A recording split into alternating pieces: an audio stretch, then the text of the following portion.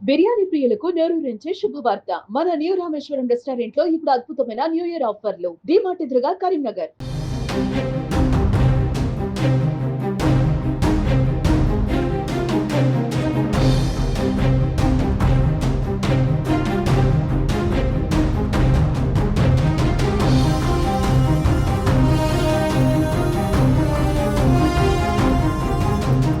తమ దగ్గర వెళ్ళండి, వారి దగ్గరికి వెళ్ళంటూ చెప్పులు అరుగుతున్నాయి కానీ ఆ సమస్య తీరటన్నట్టుగా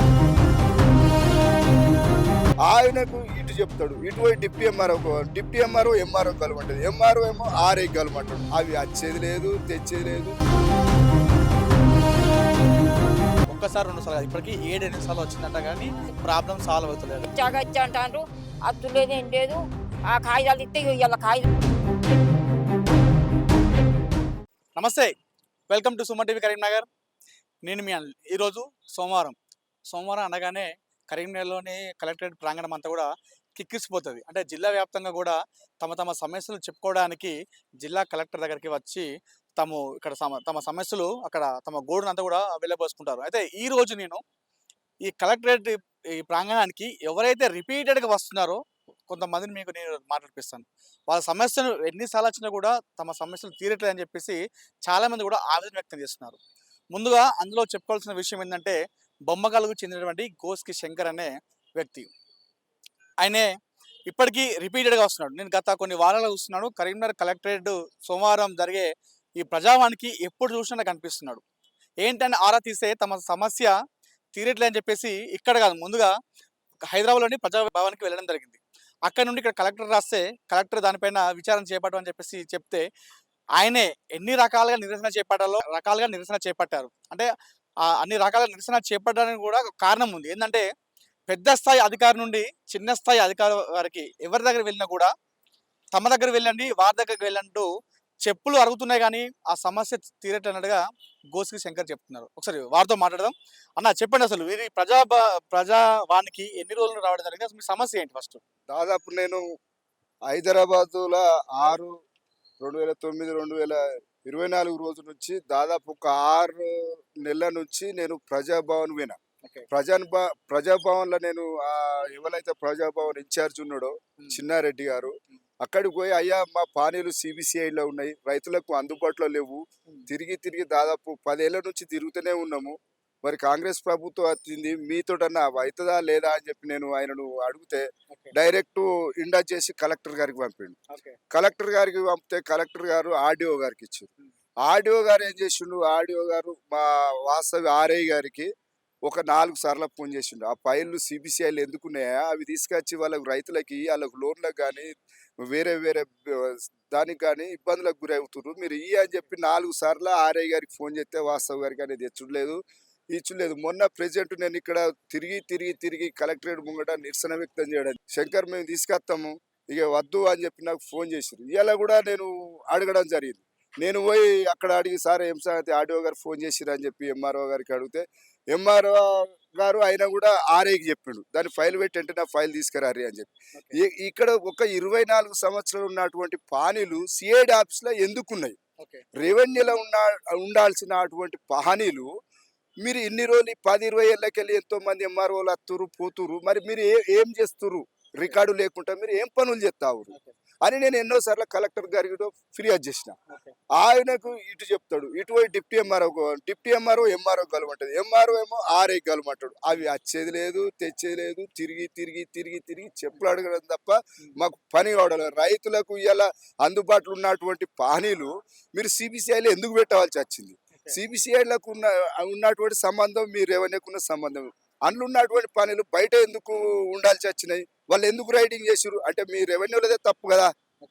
రెవెన్యూలో తప్పున్నప్పుడు మీరు అవి తీసుకొచ్చుకొని ఒక జిరాక్స్ సెట్ పెట్టి ఒక 4-5 సర్వే నెంబర్ల కేసులు ఉన్నాయి, ఆ 4-5 సర్వే నెంబర్లే ఉంచుకోరి, జిరాక్స్ ఉంచుకోరి. కానీ ఉన్న రికార్డ్ అంతా మీరు ఎందుకు ఉంచుకోవడం జరుగుతుంది? రైతులను ఎందుకు ఇబ్బంది పెడుతున్నారు అనేది నాకు అర్థమైతలేదు. కలెక్టర్ని కలిసారా? ఏమన్నారు మన కరీంనగర్ కలెక్టర్ గారిని కలిస్తే ఆర్డీఓ గారికి ఇచ్చింది, సార్ ఇది చూసుకొని ఎంక్వైరీ చేసి అని చెప్పి. ఎంక్వైరీ చేసుకోమని ఆర్ఐకి ఫోన్ చేసిండు పాపం 4 సార్లు ఫోన్ చేసినా కూడా పట్టించుకోవడం లేదు ఆయన. అసలు ఆయనకు ఆ ఆర్ఐ అనే అటువంటి రెవెన్యూ మైండ్ కూడా కాదు నాకు తెలిసి. ఎందుకంటే పిల్లగాడు ఉన్నాడు, రైతుల బాధలు రైతుల కష్టాలు తెలిసినటువంటి వ్యక్తి కాదు. ఏమన్నా అంటే రేపు పోతా ఎల్లుండి పోతా తిరిగి తిరిగి తిరిగి యాస్టకి వచ్చి ఊపుకుంటాడు తప్ప ఈ పని అయ్యేది లేదు సచ్చేలేదు. ఫైనల్ గా మీరు ఏం కోరుకుంటారు? నేను ఫైనల్ గా రేపు ప్రజాభవన్ మంగళవారం ఉంటది ప్రజాభవన్ కు, రేపు అక్కడికి పోయి కలెక్టర్ గారికి ఆ ఇన్ఛార్జి చెన్నారెడ్డి ఉన్నాడు ఆయనతోటి కలెక్టర్ గారికి ఫోన్ చేపిద్దామని చెప్పి అనుకుంటున్నాను. అంటే మీరు ఏం కోరుకుంటారు? మీరు ఏ న్యాయం కావాలి లాస్ట్ ఫైనల్? నాకు మీ టీ తరపునకి వెళ్ళి నాకు సిబిసిఎల్ ఉన్నటువంటి పహానీలు రెవెన్యూ ఆఫీస్ లో పెట్టాలి, రైతులకు అందుబాటులో ఉంచాలని చెప్పి నా డిమాండ్ నేను కోరుకుంటున్నాను. సో దేశానికి వెన్నెముక రైతు అంటారు. అలాంటి రైతుకు ఇబ్బంది జరుగుతుంది. ఎన్నిసార్లు నిన్ను ప్రజావానికి వచ్చినా అధికారులను కలిసినా చెప్పులు అరేలుగా తిప్పించుకుంటున్నా మాత్రం తేవట్లేదు. ఇదే విషయంపై నేను రేపు మరొకసారి నేను హైదరాబాద్ని ప్రజాభవన్కి వెళ్ళి నేను మరొకసారి ఇక్కడ దరఖాస్తు చేస్తాను, నాకు న్యాయం జరగనట్టుగా గోసి శంకర్ చెప్తున్నారు. అదేవిధంగా ఇంకెంతమంది వస్తున్నారు ఇక్కడ కరీంనగర్కి ప్రజాభవన్కి రిపీటెడ్గా వచ్చే వాళ్ళు ఎంతమంది ఉన్నారో ఒకసారి కనుక్కుందాం మళ్ళీ.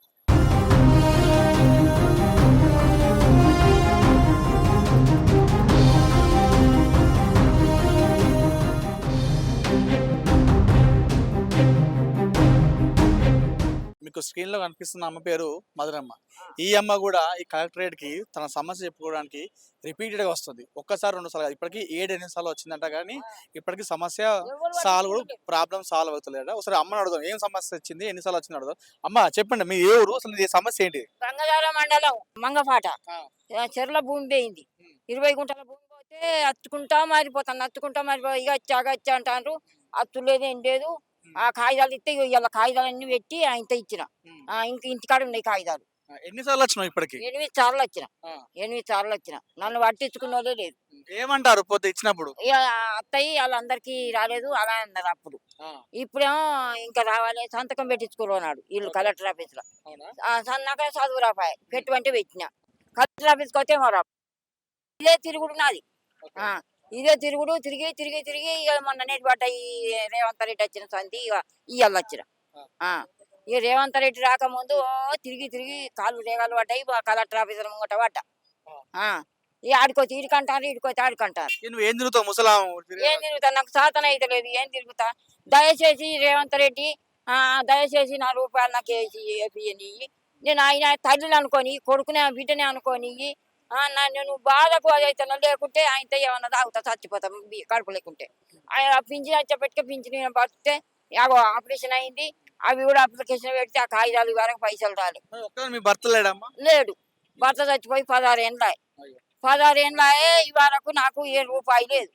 పింఛన్ మీద కడుపు మాట తందిపోయా. దవాఖానకి ఏం పెట్టాలి, ఎట్లా బతకాలి? ఇంకా చెర్ల పోయింది అత్తయ్యేమో తింటాను చూసిన. తిండి లేదు, చెర్ల పోయినా అచ్చు లేదు. ఇదే పని తిరుగుడే అవుతుంది. 8 సార్లు వచ్చిన కలెక్టర్ ఆఫీస్ కు. ఇంకా ఉత్తప్పుడు కాక ప్రజావానికి 8 సార్లు వచ్చిన. 8 సార్లు వస్తే ఎందుకు పెడతామమ్మా పో అన్నారు. అంటే సపరేట్గా పోయిన. ఇక పోవుకుంటా అచ్చుకుంటా ఇక ఇవాళ ఏమన్నారు రేవంత్ రెడ్డి వచ్చిన వాళ్ళు ఇప్పుడు వచ్చిన. ఇంకా భూములు ఎక్కేటి ఉన్నాయి.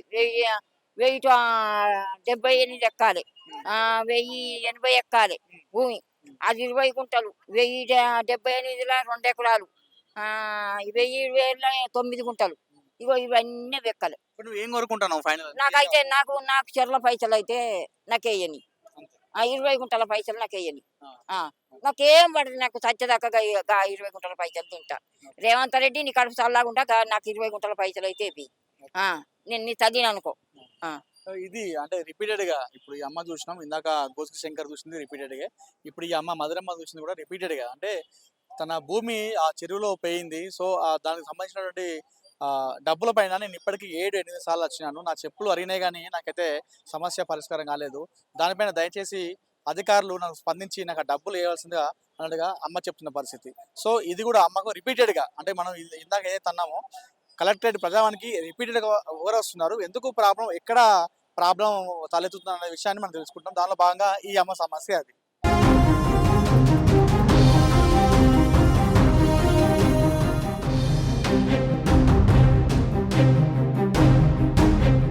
కరీంనగర్ కలెక్టరేట్ లో జరుగుతున్నటువంటి ప్రజావానికి రిపీటెడ్ బాధితుల సంఖ్య పెరుగుతుందని చెప్పుకోవచ్చు.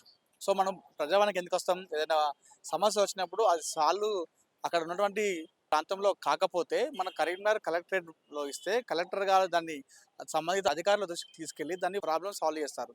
సో అలా అలా ప్రజావానికి వచ్చినప్పటికీ చాలా మంది బాధితులు రిపీటెడ్గా వస్తున్న పరిస్థితి. ఎన్నిసార్లు తాము ఫిర్యాదు చేసినా, ఎన్నిసార్లు తను అర్జీ పెట్టుకున్నప్పుడు కూడా ఆ సమస్య మాత్రం ఇప్పుడు కూడా పరిష్కారం కాలేక చాలా మంది వచ్చిన వాళ్ళే బాధితులు 10-15 సార్లు వచ్చినటువంటి సందర్భాలు కూడా మనం చూసాం. సో దీనిపైన మరి ఎక్కడ సమస్య వస్తుంది? అటు అధికారుల మధ్య సమన్వయ లోపమా, లేకపోతే ఎక్కడ ఈ లోపం అనేది ఎక్కడ వస్తుందో తెలియదు కానీ వీరు మాత్రం బాధితులు రిపీటెడ్గా వస్తున్న సందర్భం నెలకొంది. సో దీనిపైన కలెక్టర్ గారు ఒకసారి దృష్టి పెట్టి ఇలాంటి రిపీటెడ్గా వచ్చేవారు ఎవరైతే ఉంటారో వారి సమస్యలపైన ఎక్కువ దృష్టి పెట్టి వాళ్ళ ప్రాబ్లమ్ సాల్వ్ చేస్తే ప్రజావాణి పైన ప్రజలకు ఎక్కువ నమ్మకం కలిగే అవకాశం ఉంటుంది. కెమెరా పర్సన్ కుమార్తో అనిల్, సుమన్ టీవీ, కరీంనగర్ కలెక్టరేట్ నుండి.